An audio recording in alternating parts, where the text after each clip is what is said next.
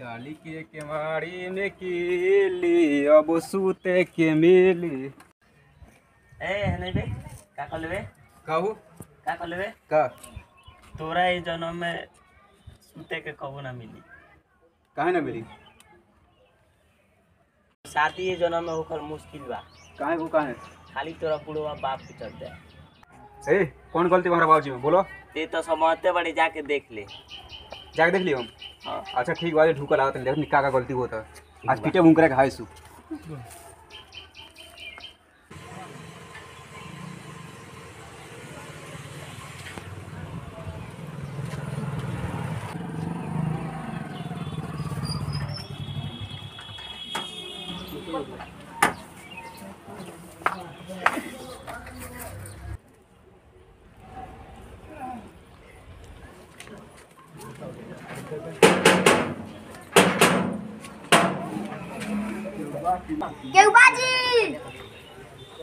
केवबाजी आ गई नी बोला तानी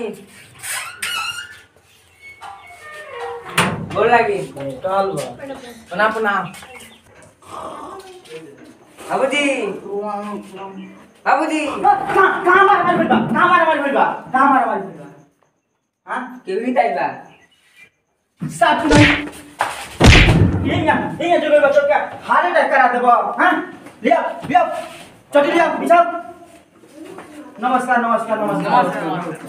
आई बैठा का रे लियाओ जल्दी लिया चटी लिया बैठा का ठीक है बिछाओ। हम साथ नहीं अब वो जा रही हो हटाओ बैठा का है ना ठीक है बैठा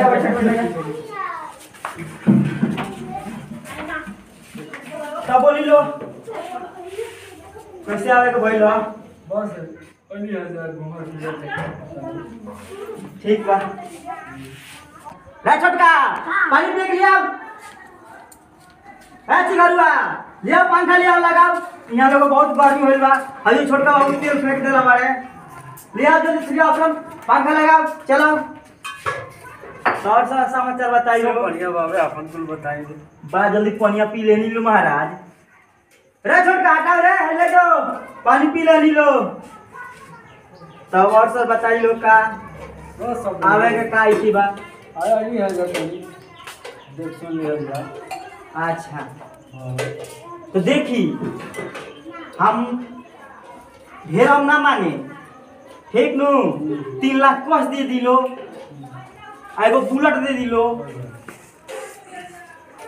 हमारा के एगो गले में के दे देम लो आ लइको जो चीज बुझाई तो चीज दे देम लो।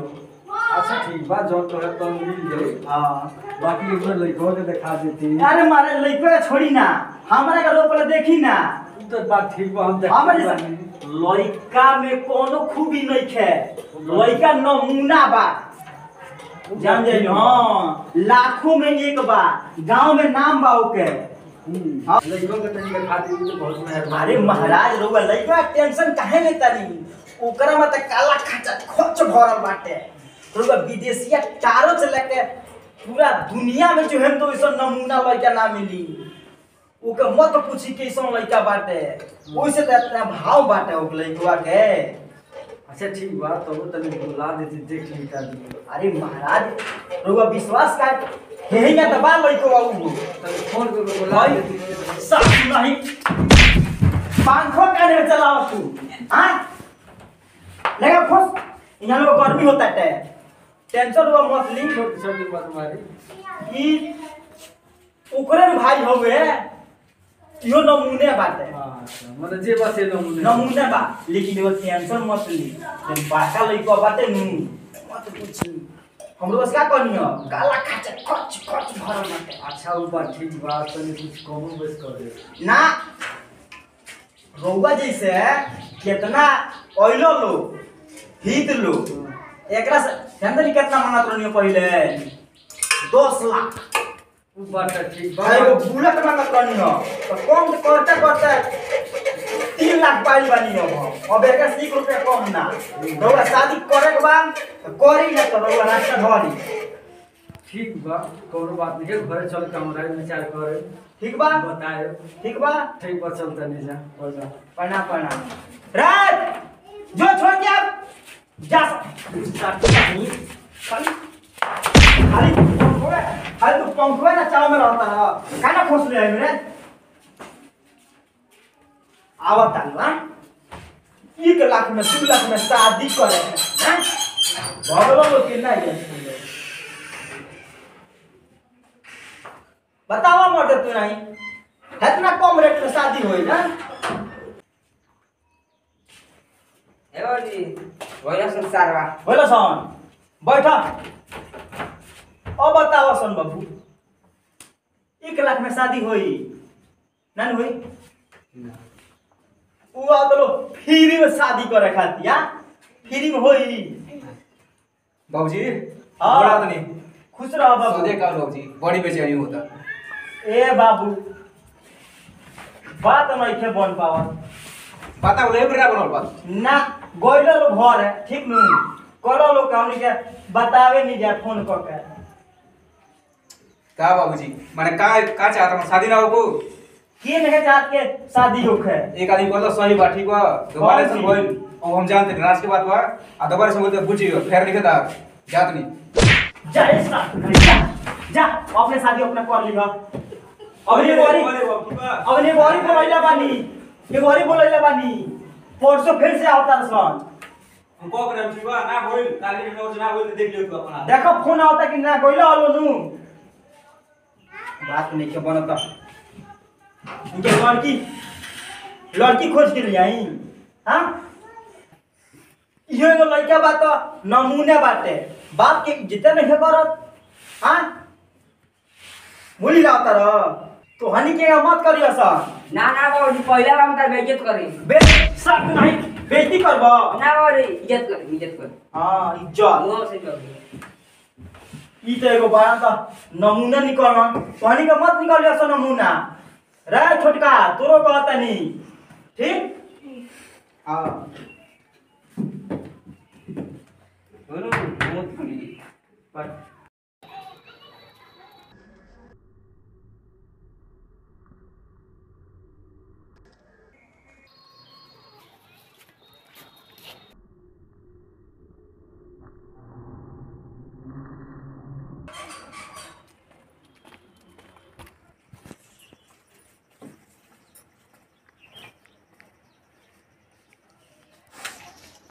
का भइल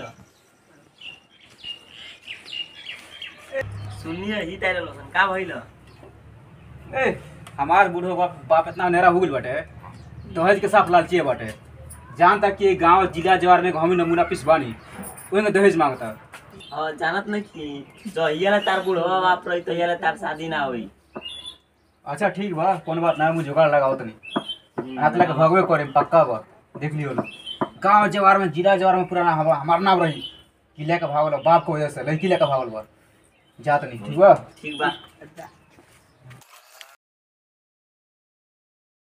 के बाजी आतनी प्रणाम दो लागी चल बैठी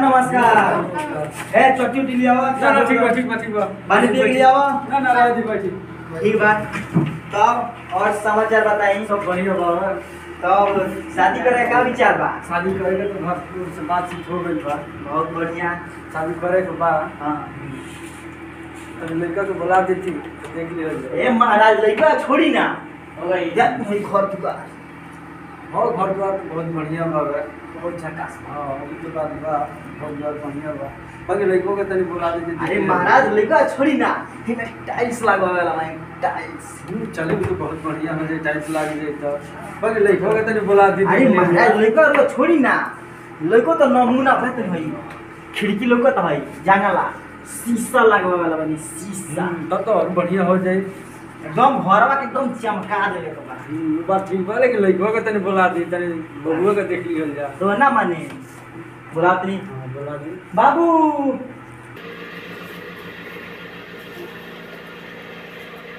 खुशी रहा बाबू।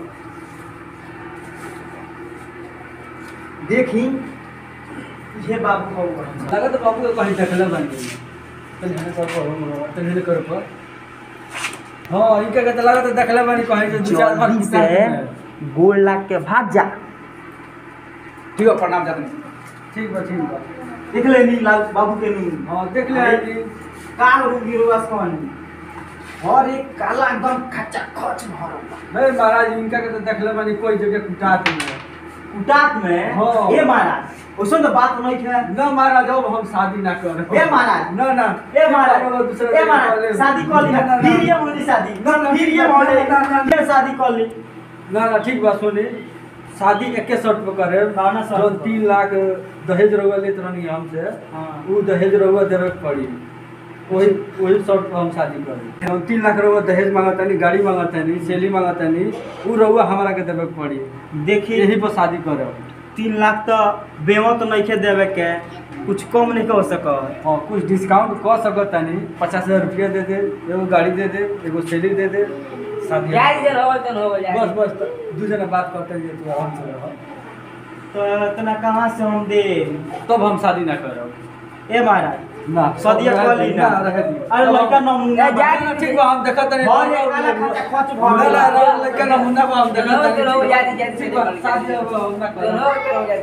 ना ठीक बा जा दे रे बाहर निकाल जा बाहर जा बाहर निकलो।